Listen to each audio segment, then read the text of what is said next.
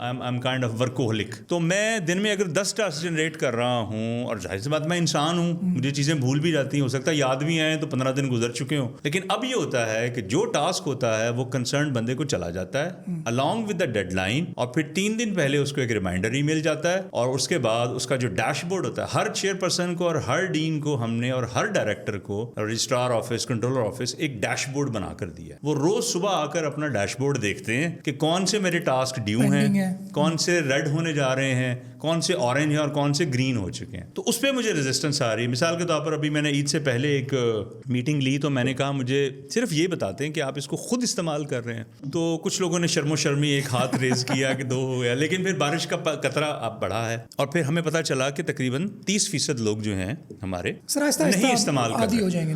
The good thing is about knowledge, جیسے ارسطوٹل نے کہا تھا, I know that I do not know. تو اگر وہ یہ کہہ رہا ہے کہ مجھے نہیں پتا تو کوئی ہارم نہیں. تو ہم نے ایک چھوٹا سا یونٹ بنایا ہے. فار ایگزامپل آپ نے کہا جی مجھے سافٹ ویئر رن کرنا نہیں آتا, تو وہ 2 بندے ہیں, وہ اس کے پاس چلے جاتے ہیں, آدھا گھنٹہ اس کے پاس بیٹھتے ہیں, چلا کے دکھاتے ہیں, چائے پیتے ہیں اور واپس آ جاتے ہیں. So that's how we are working towards it. تو کلچرل بیریئر ہے, بیہیویئر کے ایشوز ہیں, لیکن جیسے آپ نے کہا جتنا ڈیجیٹل ہوتے جائیں گے انسٹیٹیوشنل میموری ڈیولپ ہوتی جائے گی. اب کوئی آ کے مجھے یہ نہیں کہہ سکتا اس جاب کے حوالے سے کہ میں نے فلاں کام کیا تھا. اچھا بھائی فلاں کام کہاں ہے؟ اچھا مجھے تو کوئی کام دیا ہی نہیں جاتا. بھائی آپ کو یہ 10 کام دیے تھے. سو یہ دونوں جو ایکسٹریمز ہیں اس کا ہم نے راستہ ڈھونڈ لیا. لیکن جو یہ ابھی میری سیٹسفیکشن کے مطابق بہت لو لیول کا کام ہے, لیکن میں یہ چاہ رہا ہوں کہ ہم ERP کے تھرو ہر چیز جو ہے وہ ڈیٹا میں لے کر آئیں, پرٹیکولرلی فائنانسز اینڈ پروکیورمنٹ. اچھا سر, نالج پارکس کی ہم بات کرتے ہیں. از اٹ ورتھ ہیونگ کہ ہم دھڑا دھڑ نالج پارکس بنائی جا رہے ہیں؟ It's a very interesting discussion. آپ بھی اس فیلڈ میں کام کرتے ہیں, اور جو انوویشن کی فیلڈ ہے, جیسے ہم کہتے ہیں کہ مختلف ایجز سے گزرتے گزرتے لاسٹ ایج ہماری انفارمیشن کی ایج کی تھی, اور اس ایج کو ہم نالج ایج کہتے ہیں. کچھ لوگ اس کو 4th انڈسٹریل ریولوشن بھی کہتے ہیں, لیکن وہ سمجھنا ذرا مشکل ہے. ہم اس کو نالج کی ایج کہتے ہیں کہ آپ اپنے مائنڈ سے ایسی پروڈکٹس بنا رہے ہیں جو لوگوں کو ضرورت ہے اور لوگ اس کے لیے پیسے دینے کو تیار ہیں. اس کو ہم نالج کی ویلیو کہتے ہیں. اب پچھلے 10-12 سال میں, اگر آپ مجھے کریکٹ کیجیے گا اف آئی ایم رانگ, چونکہ آپ کا یہ کام ہے, ایک بڑا نمبر ہے جو کہ یونیکارنز ڈیولپ ہوئے ہیں. یونیکارن مینس آپ کے آڈینس کے لیے $1 بلین. اچھا $1 بلین سے نیچے بھی تو کوئی ہو سکتی ہے نا, 500 ملین کی بھی تو ہو سکتی ہے, 700 کی بھی ہو سکتی ہے. It's a huge thing. وہ لارجلی اور موسٹلی کہاں سے آئی ہیں؟ جہاں پہ نالج پروڈیوس ہوتا ہے, اکیڈیمیا سے, higher education institution. So it's a big thing. اب ہمیں اپنے ٹریڈیشنل جو ایجوکیشن اسٹائل ہے اس کو نالج اکانومی کے ساتھ لنک کرنا. سادہ سی مثال یہ ہے کہ میرے آپ کے پاس یہ فون موجود ہے, اس کی ایوریج کاسٹ جو ہے 1 لاکھ, 2 لاکھ, 3 لاکھ, 4 لاکھ روپے تک ہے. یہ نالج کی پروڈکشن ہے. لیکن دوسری پروڈکشن ایک کھیت میں ہو رہی ہے, آپ گندم, چنا, چاول جو بھی اگا رہے ہیں, اور 6 مہینے کے بعد آپ کو اس میں سے کتنے پیسے ملتے ہیں؟ 1 لاکھ, 2 لاکھ, 3 لاکھ روپے. تو یہ ایک فیکٹری اگر روز کے 2000 پروڈیوس کر رہی ہے, اور آپ 6 ماہ بعد ایسی پروڈکشن کر رہے ہیں جس کا 2 لاکھ روپے آپ کو مل رہا ہے, اور اتنی ایفرٹ کے بعد, تو آپ دیکھ سکتے ہیں کہ آپ کی ویلیو کہاں کھڑی ہے. آپ کے سوال کا جواب شارٹ یس ہماری ضرورت ہے. لیکن چونکہ یہ ہائیلی ٹیکنیکل فیلڈ ہے, ایکسپرٹیز کی کمی ہے, تو ہم اس کو کنفیوز کر جاتے ہیں. نالج پارک کو IT پارک سے کنفیوز کرتے ہیں, IT پارک کو بزنس انکیوبیشن سینٹر سے کنفیوز کرتے ہیں, بزنس انکیوبیشن سینٹر کو ورچوئل پارک سے کنفیوز کرتے ہیں. تو یہ کنفیوژن اس لیے سے ہے کہ لوگوں کی لمیٹڈ انڈرسٹینڈنگ ہے. یہ کنفیوژن مجھے بھی تھی سر, ویسے ابھی سے پہلے تک. آپ سمجھیں ایک IT پارک ہے, تو IT پارک بنیادی طور پر کیا ہے, اس کے ویریس ڈائمینشنز ہو سکتی ہیں. کیونکہ نالج ہے نا, ہم کسی کو ایئر ٹائٹ باکس میں رکھ کے بند نہیں کر رہے کہ یار تم نے یہی کرنا ہے.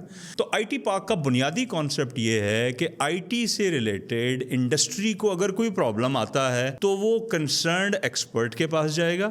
اب وہ کنسرنڈ ایکسپرٹ کہاں سے آئے گا؟ وہ مارکیٹ میں بھی ہو سکتا ہے جو کہ کاسٹلی ہے نیشنلی اینڈ انٹرنیشنلی. لیکن اگر وہی IT پارک ایک ایکیڈیمک انسٹیٹیوشن یا نالج انسٹیٹیوشن کے ساتھ کنیکٹڈ ہے تو وہ اس کی ایکسیس بھی بہتر ہے اور اس کے ایکسپینس بھی کم ہے. ایک پروفیسر ہے نا, اس نے کوئی دکان تو کھولی نہیں ہوئی ہے, وہ کہتا ہے جی کہ میں آپ کے ساتھ یہ کام کرنے کو تیار ہوں, میں آپ کے اس پرابلم کا سولوشن دے دیتا ہوں. وہ جو پروفیسر ہے اس کا نالج بھی بہتر ہے اور وہ کاسٹ بھی کم کر رہا ہے, اور ایکیڈیمک انسٹیٹیوشن میں وہ آگے اس کی آپ کی پروڈکٹ کی ورکیبلٹی بھی بہتر کر رہا ہے. اچھا سر, اس میں میں آپ ایڈوکیٹ ہیں کہ ہمارے جو یونیورسٹی کے ٹیچرز ہیں ان کو انگیج کرنا چاہیے پرائیویٹ سیکٹر کی کمپنیز کو. اب جو پرائیویٹ سیکٹر کی کمپنیز ہیں ان کا مدعا یہ ہے, وہ یہ کہتے ہیں چونکہ ان کا پریکٹیکل ایکسپیرینس نہیں ہے, انہوں نے جا کے کوئی بزنس کیا نہیں ہوا, یا انہوں نے جا کے کسی بزنس میں پارٹیسپیٹ نہیں کیا ہوا, ٹیم بندے نہیں دیکھی, چیلنجز کو نہیں فیس کیا, تو اس وجہ they are not the right person کہ جن کو ہم انگیج کریں. اچھا, اس کے دو پرسپیکٹو ہیں. ایک تو یہ چکن اینڈ ایگ اسٹوری ہے کہ پہلے چکن آئے گا یا پہلے ایگ آئے گا, پہلے اکیڈیمیا بڑھے گا یا پہلے پرائیویٹ سیکٹر بڑھے گا. جو انڈسٹری کا آدمی ہے وہ اپنے کمرشل کے لیے اس کے پاس نہیں جا رہا, اس کو ایک ٹیکنیکل پرابلم ہے, نالج کی پرابلم ہے کہ میں نے یہ پروڈکٹ ڈیولپ کی ہے یار, اب یہ گرو نہیں ہو رہی, یہ کہیں اسٹک ہو گئی ہے, ٹھیک ہے, یا مجھے کوئی اس کا ٹیکنیکل سولوشن چاہیے, مجھے پروسیسنگ چاہیے, مجھے ماڈلنگ چاہیے, مجھے کوئی ایسا ایکو سسٹم چاہیے, ایچ آر کی زبان میں ہمیں کوئی ایچ آر کا سسٹم بنا دیں, ہمارا فائنینشیل ماڈل ہو جائے. تو پہلی بات یہ ہے کہ وہ اکیڈیمیا کے پاس اپنے ٹیکنیکل پرابلم کے سولوشن کے پاس جائے گا. اب اس کو گرو کیسے کرانا ہے وہ انڈسٹری والا یقیناً بہتر جانتا ہے. اس کو دو الگ الگ کر کے دیکھیں. دیکھیں جو نالج کی ویلیو چین ہے نا, لاسٹ ٹائم آپ سے میں ڈسکشن کر رہا تھا, وہ یہ تھا جو نیا نالج ہوتا ہے اس کے دو ریلم ہوتے ہیں. آف کورس ایک نالج کا ریلم تو ہے ہی ہے, لیکن دوسرا اکنامک ریلم ہے. کوئی بھی آئیڈیا آپ نیا جنریٹ کر لیں, جب تک اس کی اکنامک ویلیو نہیں ہوگی وہ زیرو ہے. آپ اپنی اکنامک پروڈکشن کر لیں اور نالج ویلیو اس کی کم ہے تو یہ بھی کسی ورتھ کریے. تو they have to marry some where. یہ جو میرج ہے, اکنامک والا اکنامک کو دیکھے گا, نالج والا نالج کو دیکھے گا, but they will interact at one place. This is what we call knowledge park, where it's not a park in the greener sense. Their interconnectivity between the knowledge and the commercial side is greater at one place with low cost and with limited number of hindrances. اگر میں کسی organisational structure میں بیٹھا ہوں گا تو میرے hindrances بے شمار ہوں گے. پروفیسر اپنے 2 گھنٹے اگر نکال کے ساتھ آپ کے ساتھ کام کر رہا ہے, آف کورس اسے پیسے بھی چاہیے, لیکن وہ بہت کم کاسٹ لے رہا ہوگا آپ سے کہ بھائی میرے ساتھ بیٹھ جاؤ. یا ہو سکتا ہے پرابلم آج کل کے دور میں کمپلیکس ہیں تو 2-3 لوگ بیٹھ جائیں, ایک بندہ آئی ٹی والا بیٹھ جائے, ایک بندہ انجینئرنگ والا بیٹھ جائے, ایک بندہ ایگریکلچر والا بیٹھ جائے. Let's form a group and find a solution. تو یہ وہ چیز ہے جس کو ہم نے اپنی یونیورسٹیز میں, اپنے اکیڈیمک انسٹیٹیوشنز میں لے کر چلنا ہے. ون مور تھنگ جو میں کہتا ہوں نا, ہم یونیورسٹیز میں ہمارے پاس بزنس انکیوبیشن سینٹر موجود ہے, ہم اس کو نالج پارک سے کنفیوز کرتے ہیں. یہ بہت بڑی کنفیوژن ہے پاکستان میں. جو یونیورسٹی کا جو ماڈل ہے بزنس انکیوبیشن سینٹر کا, وہ بنیادی طور پر صرف ایک کلسٹر ہے نالج پارک کا. میں اسے کلسٹر کی بجائے کمیونٹی کہتا ہوں, کیونکہ کلسٹر سے چیزیں ذرا باؤنڈ نظر آتی ہیں. میں کہتا ہوں کمیونٹی ہے جہاں لوگ انٹریکٹ کر سکتے ہیں. میں آپ کو ایک مثال دیتا ہوں. ہمارے کسی ایک انٹرنیشنلی فرینڈ نے یہ کہا کہ ہمیں آپ کے پاس ایک بڑا نالج پارک موجود ہے, ہمیں یہ ایک ٹیکنیکل پرابلم آئی ہے, ٹھیک ہے, آپ اس پرابلم کو سالو کرنے میں ہماری مدد کریں. وہ جو پرابلم سولوشن کے پاس ہمارے اس نالج پارک کے لوگوں کے پاس گیا, تو ان کا تو وہ ایکیومن ہی نہیں ہے, نہ ان کے وہ کنیکشنز ہیں, نہ ان کی وہ کمیونٹی کا اوور لیپ ہے.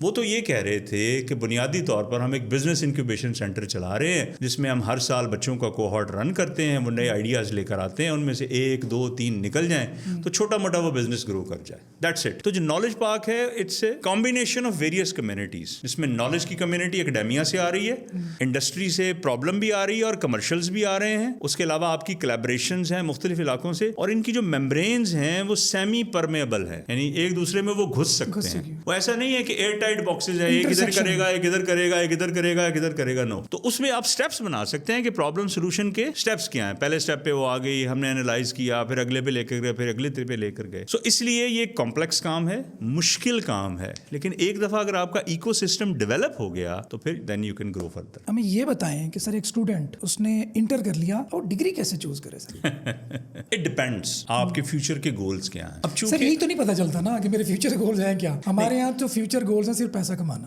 فیوچر گول کی 2-3 لمیٹیشنز ہوتی ہیں. ہمارے ہاں جو ہائر ایجوکیشن ہے پبلک سیکٹر میں, وہ ہیویلی سبسیڈائزڈ ہے بائی دا گورنمنٹ. جو ہے اس پہ ڈبیٹ ہو سکتی ہے, لیکن گورنمنٹ جو ہے ایک پرائیویٹ سیکٹر میں میڈیکل کی ایجوکیشن ہے تو 1 سال کے وہ X ملین روپیز آپ سے لے گا. وہی میڈیکل کی ایجوکیشن ایک پبلک سیکٹر کے میڈیکل کالج میں شاید 2 لاکھ پر اینم میں ہو سکتی ہے. مجھے ایگزیکٹ نمبر نہیں پتا, بٹ مارک ڈفرینس ہے. اس کا کیا مطلب ہے؟ اچھا, وہاں پہ پبلک سیکٹر میں ریلیٹیولی کوالٹی آف ایجوکیشن بھی بہتر ہے, ہو از پیئنگ فار دس؟ ظاہر سی بات ہے سرکار پے کر رہی ہے, اور جب سرکار اس کو سبسیڈائز کر رہی ہے تو اس میں دو آؤٹ کمز ہو سکتے ہیں. چونکہ ایک بیہیویئر پیٹرن بن جاتا ہے تو وہ جو اسٹوڈنٹ ہے وہ اس کو فور گرانٹیڈ لیتا ہے کہ یہ تو میرا رائٹ ہے. دوسرا, جب آپ بہت زیادہ چیزیں سبسیڈائز کر رہے ہوتے ہیں تو سرکار کے جو کٹی ہے اس پہ پریشر آتا ہے اور وہ ان پبلک انسٹیٹیوشنز کو پھر فنڈ نہیں کر پاتا. اکانومی کا بیسک پرنسپل ہے کہ the money is always scarce. پیسہ ہمیشہ کم ہوتا ہے. You don't have enough money to buy everything in this world.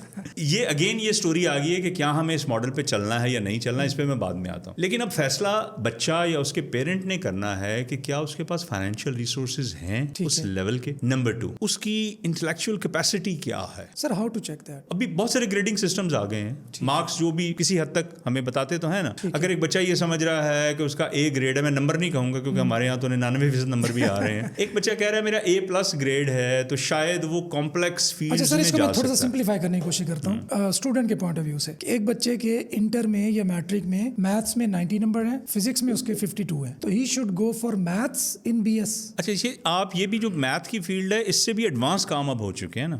دیکھیے پاکستان میں IT سیکٹر میں وہی بچہ کامیاب ہے جس کی میتھ سکلز بہت اچھی ہیں. کیونکہ جب تک کوڈنگ آپ کر ہی نہیں سکتے جب تک میتھ اسٹرانگ نہ ہو. جب تک آپ اس کی الگوریدم کی ورکنگ کا انوائرمنٹ نہیں جانیں گے نا, آپ نہیں کر سکتے. تو آپ کو اگر میتھ اچھا ہے تو کمپیوٹنگ سے ریلیٹڈ کسی بھی ڈسپلن میں آپ جا سکتے ہیں. ٹھیک ہے, یہ تو فیصلہ ہو گیا. اچھا اگر آپ کے نمبرز اچھے ہیں, جیسے اسٹیٹسٹکس ہے, تو آپ اسٹیٹسٹیکل انالیسس کے حوالے سے آپ اکاؤنٹنگ میں جا سکتے ہیں, آپ ICMA میں جا سکتے ہیں, یا اس سے کراس ڈسپلنری جو فیلڈ ہے. اسی طرح اگر کسی بچے نے لٹریچر میں پڑھا ہوا ہے تو وہ لٹریچر میں بھی جا سکتا ہے, لیکن لٹریچر والے بچے یوزلی جو ہے نا ان کی کمیونیکیشن سکلز بہتر ہوتی ہیں, تو وہ ایسے فیلڈ میں جا سکتے ہیں جس میں بزنس اورینٹڈ بھی ہوتا ہے. اچھا اسی طرح سے کچھ بچے ایسے ہیں جو کہ بایولوجی میں یا ان سائنسز میں اچھے ہیں, تو نہ صرف میڈیکل بلکہ میڈیکل کی جو الائڈ فیسلٹیز ہیں, صرف میڈیکل نہ ٹارگٹ کریں نا. میڈیکل کے نیچے ڈینٹسٹری ہے, پھر آج کل ہاسپٹل کے اندر بہت ساری فیلڈز ہیں, میڈیکل لیب ٹیکنالوجسٹ ہیں, آپریشن تھیٹر کے ٹیکنیکس ہیں, ایون نرسز ہیں ہائی کوالٹی کے, تو ان فیلڈز میں جا سکتے ہیں. پھر اس کے بعد آپ دیکھتے ہیں کہ کچھ بچہ ہے جس کا بزنس ایکیومن اچھا ہے یا انٹرپرینیورشپ میں ٹھیک ہے, تو وہ بزنس ایجوکیشن میں جا سکتا ہے یا کامرس کی فیلڈ میں جا سکتا ہے. اچھا ایک بچہ کمیونیکیٹ بہت شاندار کرتا ہے, آرگومنٹ بڑے اچھے ڈیولپ کرتا ہے, تو لا کی فیلڈ اس کے لیے بہتر ہو سکتی ہے. تو جیسے میں نے کہا نا کہ اس کا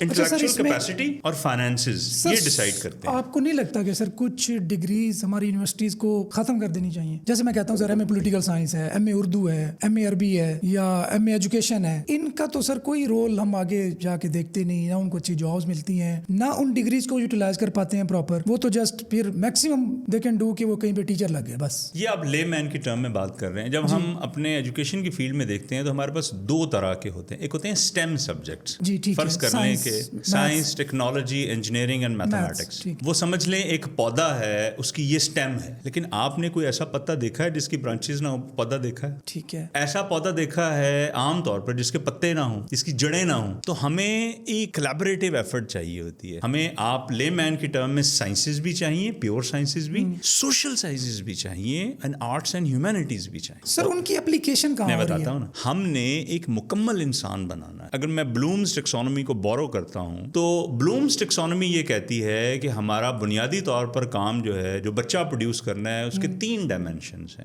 A, اس کو ہم سکلز کیا سکھا رہے ہیں. B, اس کو نالج کیا سکھا رہے ہیں. اب آپ جو بات کر رہے ہیں وہ ان 2 کے بعد آپ آگے نہیں جانا چاہتے. میں اسے لے جانا چاہ رہا ہوں. تیسرا جو ڈومین ہے اس کو ہم افیکشن کہتے ہیں. افیکشن مین کہ اس کا ایموشنل یا سوسائٹل انٹریکشن کیا ہے. میں اس کی ایک سادہ مثال اکثر دیتا ہوں, آپ کی خدمت میں بھی پیش کر دیتا ہوں. آپ سوئمنگ سیکھنا چاہ رہے ہیں, ٹھیک ہے, تو آپ نے سوئمنگ کے لیے کچھ ویڈیوز دیکھی, کچھ کتاب پڑھی, کسی ٹیچر نے بتایا کہ سوئمنگ ایسے ہوتی ہے, تو یہ آپ کی کیا ہے, نالج ڈومین ہے. اب آپ کہتے ہیں کہ نہیں یار اب تو مجھے سکلز بھی آنی چاہیے, مجھے ہاتھ بھی چلانے آنے چاہیے, کیسے میں نے منہ باہر نکالنا ہے یہ بھی آنا چاہیے, کہاں میں نے سانس روکنی ہے, کہاں میں نے پاؤں چلانے, تو یہ اسکل کی ڈومین ہے. تو نالج اور اسکل ہو گیا. لیکن اگر اس شخص کو یہ نہیں پتا ہے کہ سوئمنگ پول میں بہیو کیسے کرنا ہے, کیا میں نے شاور لے کر جانا ہے یا نہیں جانا ہے, میرا کاسٹیوم کیسا ہونا چاہیے, مجھے کس ٹائمنگ میں جانا ہے, مجھے کتنی سوئمنگ ریکوائرڈ ہے, وہاں پہ جو لوگ آئے ہیں ان کو اسپیس کتنی دینی ہے. اکیلے سوئمنگ سیکھنے سے تو کام نہیں بنے گا, کیونکہ اس نے جنگل میں نہیں رہنا, سمندر میں نہیں رہنا, اس نے رہنا ہے سوسائٹی کے اندر. تو یہ جو آرٹس اینڈ ہیومینٹیز اور جو سوشل سائنسز ہوتی ہیں یہ آپ کو سوشل بیہیویئر کے لیے تیار کر رہی ہوتی ہے. اب میں آتا ہوں آپ کی سائڈ پر. دنیا بھر میں, اور اب HEC نے, ہماری ہائر ایجوکیشن کمیشن کی جو پالیسی پالیسی آئی ہے, اس نے ایک دیا ہے ہمارا ڈاکومنٹ انڈر گریڈ پالیسی کا, اس میں انہوں نے یہ کہا ہے کہ ہمارے ہاں میجر اور مائنر کے سبجیکٹس ہیں. اوکے. میجر فار ایگزامپل ایک بچہ جو ہے وہ اسٹیم میں اچھا ہے تو وہ میجر لے گا اسٹیم کا سبجیکٹ, اور اس کے ساتھ مائنر لے گا may be for example political science ہے, مے بی فار ایگزامپل وہ کہتا ہے جی کہ میں نے لٹریچر پڑھنا ہے. آئی تھنک یہ بیسٹ اپروچ ہے سر. ایک بچہ جو ہے وہ ادھر اچھا ہے, سوشل سائنٹسٹ بھی تو چاہیے نا, وہ یہ میجر لیتا ہے لیکن ہمیں اس کا تھنکنگ برین بھی چاہیے. تو ہم کہتے ہیں کہ یار تم انالیٹیکل سکلز لے لو, میتھمیٹکس لے لو, آئی ٹی کا ایک کورس لے لو, تاکہ تمہیں دنیا کا بھی تو تھوڑا سا پتہ چلے. تو یہ دونوں ڈائمینشن ساتھ ساتھ چلنے کی ضرورت ہے. ہمیں سوشل سائنٹسٹ بھی چاہیے, اچھے لٹریچر والے بھی چاہیے, بٹ آف کورس ابھی ڈیمانڈ ویلیو جو کر رہی ہے وہ اسٹیم کے سبجیکٹس کی زیادہ کر رہی ہے. اچھا سر, یہاں پہ اب professional development and technical skills, اس کی ذرا امپورٹینس بتائیں اور کیوں ضروری ہے یہ. اچھا, میں اس کو ریلیٹ کرتا ہوں آپ کے پہلے کویسچن کے ساتھ. جب میں یہ بات کر رہا تھا میرے ذہن سے نکل گئی کہ بچہ یا بچے کا پیرنٹ جب ڈیسائیڈ کر رہا ہوتا ہے نا کہ میں نے کہاں جانا ہے انٹرمیڈیٹ یا 12th ایئر ایجوکیشن کے بعد جو دنیا بھر میں اسٹینڈرڈ ہے, ہم نے ہر بندہ جو ہے وہ مینیجر یا ڈائریکٹر نہیں بنانا. ٹھیک ہے, ہمیں ورکر بھی تو چاہیے نا. اچھا, اس بچے کا اسکل لیول بھی اسی حساب سے ہے اور اس کے فادر یا فیملی کے فائنینسز بھی کم ہیں, تو کیا کرے, یا اس کے پاس ٹائم کم ہے جی, وہ 4 سال BS پروگرام کو نہیں دے سکتا. تو دنیا بھر میں یہ ہوتا ہے کہ اس بچے کی ڈائمینشن جو ہے وہ اسکل بیسڈ ایجوکیشن جو پیورلی اسکل ہوتی ہے, ٹھیک ہے, جو کہ لیب میں وہ کام کرتا ہے, مشین کے سامنے بیٹھ کے کام کرتا ہے اور تھوڑا بہت سوشل بیہیویئر بھی سیکھتا ہے. تو ہم ادھر اس کو ٹارگٹ کرتے ہیں, تھوڑا سا اس میں ڈگ ڈیپ کرتے ہیں. جب ہم نے یہ فیصلہ کر لیا کہ ہمارے بہت سارے بچے ایسے ہیں جو BS پروگرام میں آگے نہیں جا سکتے ہیں because of ABCD reasons, finances, technological reasons, اب ہم نے ان کو اسکل سکھانی ہے, چونکہ اس کے بعد وقت بھی کم ہے, پیسے بھی تھوڑے ہیں اور اس کا انٹلیکچوئل لیول بھی ڈفرینٹ ہے. یہ جو ڈومین ہے دنیا بہت آگے نکل گئی. دنیا یہ کہہ رہی ہے کہ ہمیں ایک ایسا ہیومن ریسورس دیں جو ہائیلی اسکلڈ بھی ہو اور ہمارے انوائرمنٹ میں رہ بھی سکتا ہو. اس پہ جرمنی لیڈر ہے دنیا کا, UK ہے, جاپان ہے, کورینز بہت آگے جا چکے ہیں. ہمارے پاس بھی ایک ایکو سسٹم موجود ہے لیکن اس کی سرٹن لمیٹیشنز ہیں. اب ہم بچے کو جو اسکل دے رہے ہیں نا, اس اسکل کو کسی ادارے کے پاس جائے گا, وہ جس ادارے کے پاس جائے گا اس ادارے کی کوئی ویلیو ہوگی, وہ ادارہ اس کو ایک سرٹیفکیٹ دے گا. اب اگر وہ سرٹیفکیٹ جو ہے وہ national and international level per acceptable ہے تو بہت اچھی بات ہے, لیکن اگر وہ ایکسیپٹیبل نہیں ہے تو وہ ایک کاغذ کا ٹکڑا ہے. اب ہو کیا رہا ہے کہ جو ہمارا یونیورسٹیز کا ہائر ایجوکیشن کا سسٹم ہے وہ ریلیٹیولی اچھا ریگولیٹ ہوا ہوا ہے کوالٹی کے حساب سے. ہمارے پاس فیڈرل کا ہائر ایجوکیشن کمیشن ہے جس کو ہم یونیسکو کی ریپوزیٹری کے ساتھ لنک کرتے ہیں, اور دنیا بھر میں ہماری جو ڈگری ہے وہ ایٹ لیسٹ ریکگنائز ضرور ہوتی ہے. سر اس سے جڑا ہوا ایک کوسچن سر, آپ کو انٹرپٹ کر رہا ہوں معذرت, انٹرنیشنل رینکنگ میں ہم کہیں ہیں ہی نہیں, ہماری کوئی بھی یونیورسٹی کہیں نظر ہی نہیں آتی. نہیں ہے ہماری یونیورسٹیز, ہم اپنی یونیورسٹی کی بھی مثال دیتے ہیں. ہماری QS ranking, QS global ranking میں ہمارا ایگریکلچر جو ہے بہاؤالدین زکریا یونیورسٹی کا 251 پوزیشن پر ہے. It's not a bad rank international global. Okay, اچھا, جو رینکنگ ہوتی ہے وہ بڑا کمپلیکس انوائرمنٹ ہے. ہم 2 بڑے رینکنگ سسٹمز کو دیکھتے ہیں, ایک QS ہے اور ایک THE ہے, ٹائمز ہائر ایجوکیشن. اس میں ویریس ٹائپس کی رینکنگ ہوتی ہیں لیکن 2 بڑی پاپولر ہیں. ایک ہے جنرل رینکنگ, کیونکہ اوور آل یونیورسٹی اگر ہماری بڑی یونیورسٹی ہے تو سب کو وہ رینک کریں گے اور پھر ایک جنرل رینک بن جائے گا. اور ایک ہوتی ہے سبجیکٹ وائز. ٹھیک ہے, ہماری جو بھی میں نے ایگریکلچر کی آپ کو بتائی یہ سبجیکٹ وائز ہے. ہمارا جو کیمسٹری ہے وہ دنیا میں اس وقت 501 پہ کھڑا ہے شاید, BZU کا کیمسٹری ڈپارٹمنٹ, اور ایگریکلچر ہمارا 251 پہ ہے. It's a good achievement. اچھا, جنرل رینکنگ میں بھی پاکستان کی کچھ یونیورسٹیز ہیں جیسے نسٹ ہے, آئی تھنک 300 پلس میں ہے شاید وہ, لیکن ان کے سبجیکٹس اور بھی بہتر ہے. تو ہمیں چیزوں کو ڈیٹیل میں دیکھنے کی ضرورت ہے. سر, I was expecting ٹاپ 100 میں کہیں نہ کہیں. ٹاپ 100 میں پرہیپس نہیں ہیں ہم, لیکن ٹاپ 100 میں ہمارے کچھ سبجیکٹس موجود ہیں, شاید میڈیکل کے ہیں یا ایگریکلچر کے ہیں. ہماری ایگریکلچر یونیورسٹی فیصل آباد شاید جو ہے وہ ٹاپ 150 میں شاید کہیں رینک کرتی ہے. That's not a bad thing. اچھا, میں واپس آتا ہوں. ہم جو ڈسکشن کر رہے تھے کہ ہم نے جو بچہ ایسا تیار کیا جس کا سرٹیفکیٹ جو ہے اس کی مارکیٹ میں ویلیو نہیں ہے تو کیا کریں. ٹھیک ہے, میں نے بتایا کہ ہمارا BS پروگرامس کو انٹرنیشنلی وہ ریکگنائز ہوتے ہیں through the efforts of HEC اور ہماری ویریس ایکریڈیٹیشن باڈیز. جیسے ہماری میڈیکل کی ایجوکیشن ہے اس کو Pakistan medical and dental council regulate کرتی ہے. ہماری فارمیسی کس طرح سے ہے, ہماری انجینئرنگ کی ہے, ہماری کمپیوٹنگ کی ہے, ہماری ایجوکیشن کی ہے, ہماری فوڈ اینڈ نیوٹریشن کی کاؤنسل موجود ہے. تو جتنی پروفیشنل ڈگریز ہیں وہ آلموسٹ ساری ہیں, اور پلس HEC جو ہے وہ ہمیں ریگولیٹ کرتا ہے, بڑا کوالٹی کا ریگولیٹ کرتا ہے. اسی لیے ہمارے جو بچے یہاں سے باہر جاتے ہیں نا پڑھنے کے لیے, ان کے ایڈمیشنز اسی وجہ سے ہوتے ہیں کہ ہم انٹرنیشنلی کنیکٹڈ ہیں. ہماری HEC HEC جو ڈگری کو ریکگنائز کرتا ہے یا اس کو ویریفائی کرتا ہے وہ انٹرنیشنلی گڈ لیول پر ایکسیپٹنس آتی ہے, اور ہم تمام انٹرنیشنل اسٹینڈرڈ کے ساتھ ملے ہوئے ہیں. ویریس لیولز ہوتے ہیں, لیول 8 سے لے کر لیول 4 تک ہائر ایجوکیشن کے ہوتے ہیں. Level 8 is the highest for the PhD. اچھا, واپس آتے ہیں کہ یہ جو اسکل بیسڈ ایجوکیشن کا جو انوائرمنٹ ہے یہ پاکستان میں لارجلی ان ریگولیٹڈ ہے. It's a big vacuum. Exactly. ہمارے پاس ادارے موجود ہیں لیکن ان کی جو ریکگنیشن ہے وہ انٹرنیشنلی ایکسیپٹیبل نہیں ہے اس طرح سے جیسے ہونی چاہیے. تو فار ایگزامپل ہمارا ایک نیشنل لیول کا ادارہ ہے, اس نے کہا کہ میں اس ایک ٹیکنیکل سبجیکٹ جس کو ہم ٹریڈ کہتے ہیں کہ اس ٹریڈ کے اندر یہ والی سرٹیفکیٹ جو ہے ملتان میں بیٹھا ہوا یہ کالج کروائے گا. ٹھیک ہے, اس نے کروا دیا, بچے نے پیسے بھی دے دیے یا گورنمنٹ نے پیسے دے دیے, اس کو ایک سرٹیفکیٹ مل گیا, بٹ اس کی ورتھ کیا ہے؟ یہ ایک بڑا ویکیوم ہے پاکستان میں, اور ہمیں ایک ایسا ایکو سسٹم ڈیولپ کرنا ہے پاکستان میں, آئی ہوپ کچھ لوگ سن رہے ہیں اس کو, جس میں ہم یہ والا ریگولیٹری انوائرمنٹ اگر HEC کے اٹپار نہ بھی ہو تو ہم ایٹ لیسٹ لوکل لیول کا, جیسے انڈیا میں بڑا اچھا ڈیولپ ہو گیا ہے. سر پاکستان میں ہے ادارے جیسے ٹیفٹا ہے, پاکستان میں دیکھیے, پاکستان میں اس کام کے ادارے کے لیے آپ نے نام لے دیا ہے, وہ نیوٹیک ہے. ہاں جی. نیوٹیک کا بنیادی کام یہی ہے کہ وہ ایکریڈیٹیشن کرے گا, وہ کوالٹی ایشورنس کرے گا, وہ کیپیسٹی ڈیولپمنٹ کرے گا, وہ ریگولیٹ کرے گا. یہ اس کے بنیادی 4-5 کام ہے. لیکن وہاں پہ جو زیادہ تر کام ہو رہا ہے وہ ایکچوئل ٹریننگز کروانا یا فنڈ کی ڈسٹریبیوشن کرنا. تو جو اصل کام ہے وہ شاید اس پورے انوائرمنٹ میں اس لیول کا نہیں ہو رہا جو ہونا چاہیے تاکہ ہم انٹرنیشنلی ریکگنائز ہو سکے. اچھا, پنجاب میں 3 ادارے ہیں. کیا سجیشن ہے آپ؟ میں بتاتا ہوں. پنجاب میں 3 ادارے ہیں اور اچھے ادارے بنے ہوئے ہیں. ٹھیک ہے. ان کا جو مینڈیٹ ہے, جس کسی نے بھی وہ ڈاکومنٹ بنائی ہیں یا وہ جو اس نے لیگل کام کیا ہوا ہے وہ بہت اچھا کیا ہوا ہے. دیکھیں, سب سے بڑا وہاں پہ ادارہ ہے PSDA, Punjab skill development agency یا اتھارٹی. ان کا کام یہی ہے ریگولیٹ والا. دوسرا ادارہ ہے PSDF, Punjab skill development fund. اس کا بنیادی کام ہے فنڈ کرنا. اگر انٹرنیشنل یا نیشنل, لارجلی وہ انٹرنیشنل ہوتا ہے, ورلڈ بینک ہمیں کہتا ہے جی آپ کو اتنے $1 ملین ہم دیتے ہیں, آپ ان بچوں کی اسکل ڈیولپمنٹ کرائیں, تو وہ فنڈنگ کی جو ریکوائرمنٹ ہوتی ہیں, بہت کمپلیکس ریکوائرمنٹ ہوتی ہیں, وہ اس کے تھرو ہوں گی. تیسرا ادارہ ہے آپ کا ٹیپٹا. ٹیپٹا جو ہے وہ سرکار کا ادارہ ہے جو ایکچولی ادارے رن کرتا ہے, جیسے ہمارے ٹیکنیکل کالجز ہیں. اچھا, یہ بڑی کلیئر ڈیمارکیشن ہے کہ ایک ریگولیٹ کرے گا, ایک فنڈ کرے گا اور ایکچولی رن کرے گا. اچھا, پبلک کے علاوہ پرائیویٹ ادارے بھی بے شمار پاکستان میں موجود ہیں جو کہ اپنا بورڈ لگا کے بیٹھے ہوئے, اچھے برے ویریس لیول کے ہیں. ان کو بھی ریگولیٹ کرنے کا کام PSDA کا ہے. ہم ایک عجیب سے مکس میں ہیں. تو فیڈرل لیول سے فنڈنگ بھی آ جاتی ہے, نیشنل لیول پہ بھی آ جاتی ہے, نیپٹیک کا ادارہ بھی آ جاتا ہے, PSDF بھی آ جاتا ہے. تو what I want is a clean working environment جس کا جو کام ہے وہ کرے. اگر کسی ایک ادارے نے کوالٹی انشور کرنا ہے تو وہ اور کچھ نہ کرے. It should be very strict on the quality. اور 1 سے 2 سال میں ہمیں یہ پورا ایکو سسٹم یا انوائرمنٹ ڈیولپ کرنا ہے, ریکنسٹرکٹ کرنا ہے. اچھا, اس کام کے لیے اب دیکھیں, جو جرمن ایجنسیز ہیں وہ تقریباً 122 ٹریڈز کو ریگولیٹ کرتی ہیں.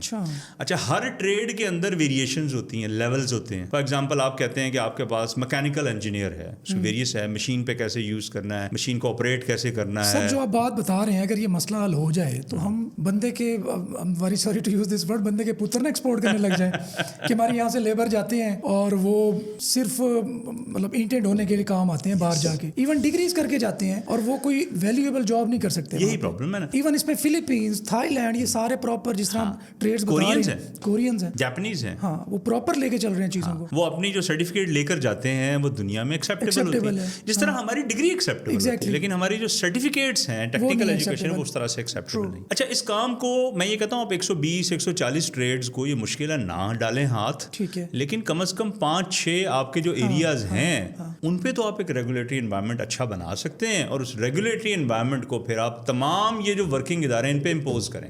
تینوں چیزیں کریکٹ ہو جائیں گی.